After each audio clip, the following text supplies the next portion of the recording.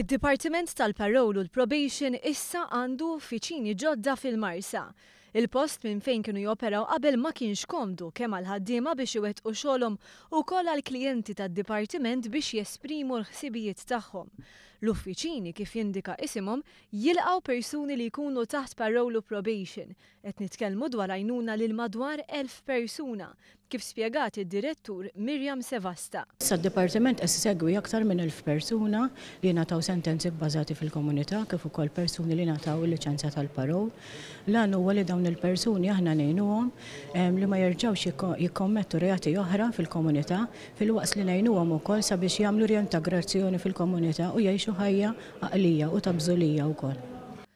L-uffiċini ġodda jinkludu 8 counseling rooms, żieda ta' aktar minn nofs il-kmamar li kienu disponibbli fl-uffiċini tal-Belt Valletta. Ninsibu wkoll kmamar għal stennija li ma kienux preżenti fl-uffiċini il-Belt.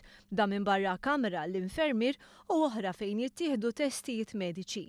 Mad-Dipartiment hemm 20 uffiċjal ta' probation u parole, 4 senior officers, victim liaison officer u 2 psikologi. Il-Ministru Carmelo Abela stqar li waħda mill-prijoritajiet tibqa' s-sigurtà tal-ħaddiema stess.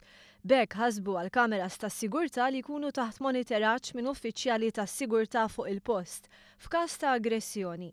Abela ddeskriva din il-bidla bħala qabża fil-kwalità.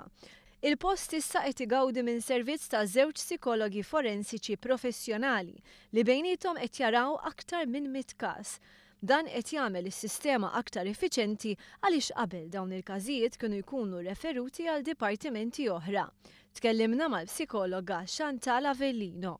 Dipartiment tagħna jaħdem mal-klijenti li jiġu referred minħa tal-probation officers, ġifieri għandna nies li jiġu fuq minħabba ordni tal-qorti fuq parole order, probation order, għandna nies li jiġu għana parole license jiġu referred pereżempju għal anger management, ġieli jkun hemm issues pereżempju fejn jkollhom bżonn xi counselling minħabba trauma li jkunu għaddej minnha, li jkunu forsi esperjenzaw ċertu affarijiet li jixtiequ jitkellmu aktar biex tgħinhom anki jaħdmu aktar fuq l-issues tal-imġiba tagħhom li hemmhekk tirrelata ħafna mal-issue tal-imġiba.